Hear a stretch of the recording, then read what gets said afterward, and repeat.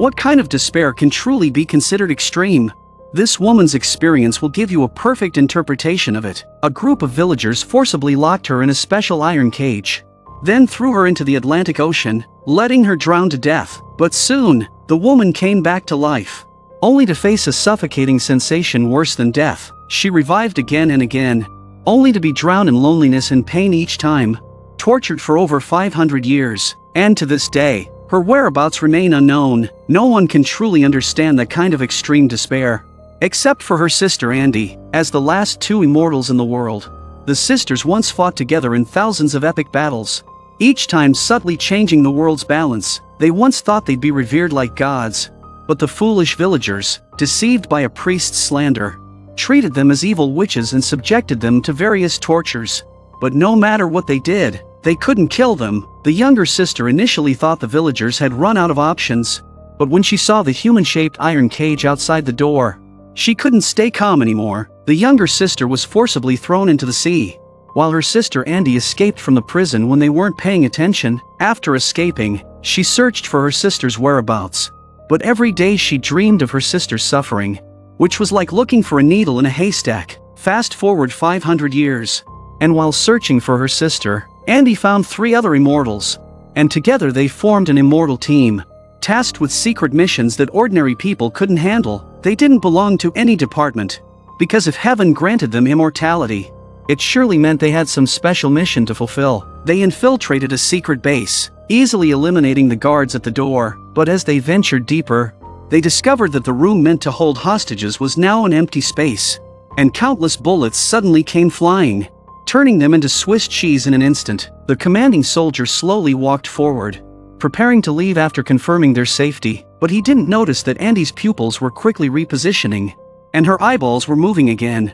Even the bullets lodged in their bodies were being pushed out by the rapidly healing wounds. Seeing them get up again, the soldiers immediately reacted, but before they could reload, the immortal team was already upon them. They worked in perfect sync, each strike fatal, and Andy drew her twin-bladed axe, returning the earlier assault tenfold. In just 20 seconds, 12 trained Special Forces soldiers were all dead, with no chance of survival. It was then that Andy realized every corner of the room had cameras installed, capturing the entire scene of their revival. Clearly, someone was investigating them, and Andy never expected that person to be CIA's Copley. On Copley's desk, there was an old photo from 1864, and the female officer in the photo looked exactly like Andy. Meanwhile, after burying her blood-stained clothes, Andy told the others to disperse for a while, and to reunite only when those who knew their secret were all dead, even if it took 100 years. However, on the returning train,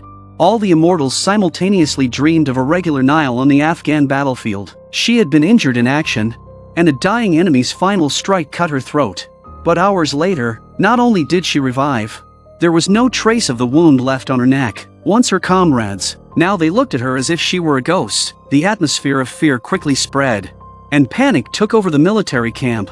Even the commander ordered her to be sent to Germany for testing. Nile wanted to refuse, but the commander sent 2 soldiers to forcibly take her away. Luckily, Andy showed up just in time, knocked out the 2 soldiers, then knocked Nile unconscious and shoved her into the trunk. When Nile woke up, she tried to escape by jumping out of the car, but Andy immediately shot at her head without saying a word. Half an hour later, Nile regained consciousness, shocked by what had happened to her, but still unwilling to trust a stranger, so she stabbed Andy in the shoulder with a knife. Though it hurt, this wound was nothing for an immortal. The wound instantly began to heal, and the inexperienced Nile couldn't hold back her vomit. Andy sighed but patiently persuaded Nile to figure out what was happening to her.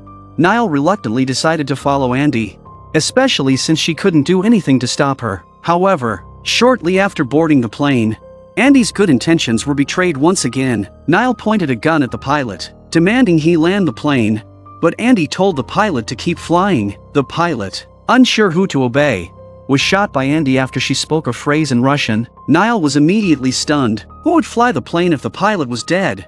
But Andy remained calm, saying that flying a plane was nothing for her. Reluctantly, Nile unlocked her handcuffs, but Andy taught her another lesson. Andy explained that the Russian phrase was meant to make the pilot pretend to be dead. Andy no longer showed mercy. She directly broke Nile's arms and legs, forcing her to witness her own rapidly healing wounds and the miraculous repositioning of her broken leg. At that moment, Nile finally faced reality and accepted her identity as an immortal. But that very night, back at the camp, Nile had a nightmare she would never forget for the rest of her life. The endless suffocating feeling made her experience despair like never before. To her shock, she dreamed of Andy's sister, which left everyone stunned. Despite having lived for hundreds or even thousands of years, they had never encountered such a phenomenon. After regaining her composure, Andy began to tell Nile the story of her and her sister Gwyn. Gwyn was the second immortal to appear in the world. When Andy found her, Gwyn had already been alone for an unknown amount of time. It was with Andy's help that Gwyn regained the will to live. The two became the closest of sisters, traveling the world and fighting in countless wars together. However, after being thrown into the sea by villagers, Gwyn had vanished without a trace. As Nile listened, her curiosity grew, and she began to ask about the experiences of the other immortals. A man was the first to answer her questions, saying that he discovered his immortality during the 1812 war against Napoleon. He was now over 200 years old. He was the youngest among them, as the two men sitting next to him were nearly 1,000 years old. The two of them had been enemies during the Crusades, one European and one Arab. They had killed each other countless times but realized neither could die. So, they let go of their hatred and became the closest of friends. As the team leader, Andy was the oldest in the group. When Nile asked her age, Andy gave a vague answer, though Andy didn't reveal her true age. It was enough to shock Nile. However, Andy continued, saying that no life was truly eternal. They once had a team member who died and never came back to life. Hearing this, Nile felt a bit sad. Andy stepped forward to comfort her, but suddenly, the sound of gunfire echoed from inside the room. When they returned, they found their teammate had been gutted. Fortunately, the teammate soon woke up,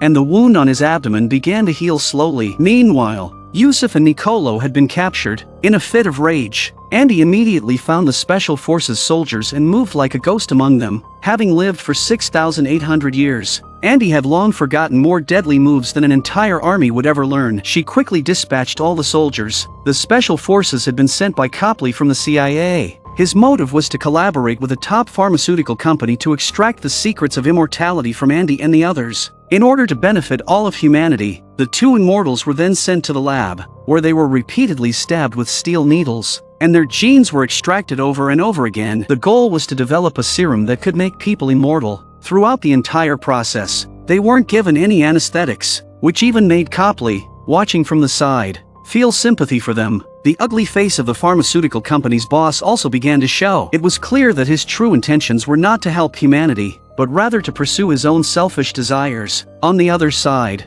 Andy and the others were preparing to infiltrate the pharmaceutical company to rescue their teammates. But to everyone's surprise, Nile suddenly expressed a desire to leave the team. She didn't want to end up like Andy, with blood on her hands from the deaths of hundreds of thousands. This time, Andy surprisingly didn't refuse. She handed Nile a gun and began the operation. However, Nile quickly realized something horrifying. The gun Andy gave her was empty.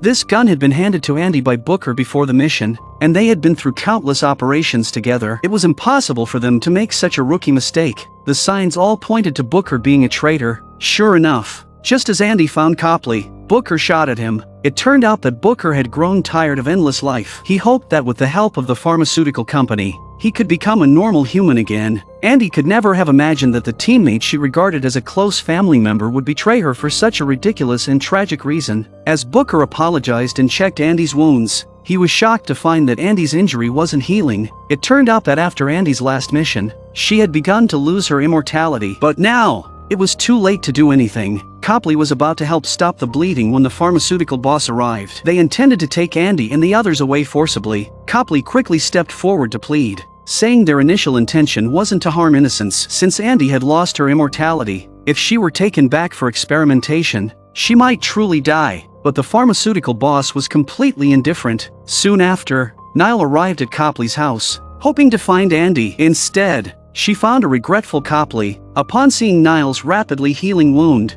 Copley finally realized there was another immortal. He began to confess to Nile, saying that the pharmaceutical boss only cared about the immortal's ability to remain unscathed, but didn't care at all about the contributions they had made to humanity. For years, Copley had been investigating Andy's background and discovered that many legendary figures who had saved the world were deeply connected to her. For instance, in 1916, Andy saved a refugee family, and their daughter later developed an early treatment for diabetes. In 1932, Andy saved a Cambodian woman, whose grandson went on to save 317 people during the tumultuous 1970s. Even more astonishing, Andy had indirectly prevented a nuclear war from breaking out. Perhaps her actions had no immediate feedback in the present, but in 2 or 3 generations, they triggered unimaginable changes. Even Andy herself didn't know that she was an angel sent by fate. In an attempt to atone for his sins, Copley decided to help Nile infiltrate the pharmaceutical company. Nile immediately began preparing her gear for a solo mission, but to her surprise, she was shot twice by security within 3 seconds. Fortunately, with her immortality,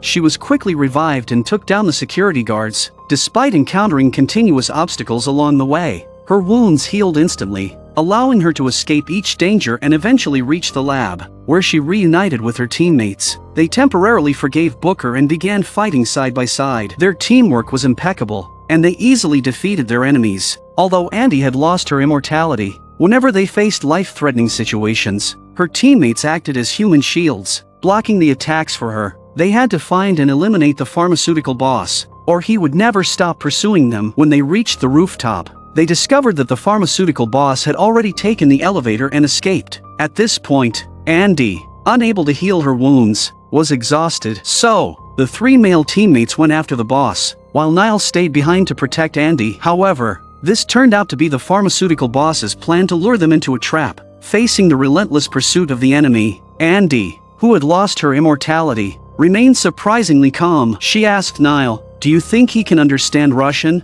Upon hearing this, Nile instantly recalled their encounter on the plane. She quickly turned and shot at Andy to draw the enemy's attention. At that moment, Andy seized the opportunity to grab her weapon and struck at the enemy. Seeing the reluctant boss attempting to retaliate with a shot, Nile rushed forward, took the bullet, and then tackled the boss, jumping with him from the 18th floor. A few minutes later, the 3 immortal men arrived at the ground, rescuing the revived Nile from the car. Nicolo gazed at the tall building and couldn't help but sigh in relief. The crisis is finally over. The team arrived at Copley's house to demand accountability. They insisted that from now on, he helped them remain anonymous while doing good deeds, erasing all traces of their existence from the world. Hearing this, Copley felt deeply honored. He knew that Andy was offering him a chance at redemption. Later, Andy and her team went to a bar to discuss the punishment for Booker's betrayal. They decided that he would be banished from the team for 100 years, forced to endure a century of solitude. When he reached 300 years old, he could return and reunite with them. This was undoubtedly the most cruel punishment for Booker, but he had no reason to refuse. He had to pay the price for his betrayal. In the following days, he drowned his sorrows in alcohol. But one day, when he returned home, he found a mysterious woman in his house. As he approached, he realized it was Andy's sister. She had somehow escaped from the sea. From her expression, it was clear that after 500 years of inhuman torment, she had completely turned dark.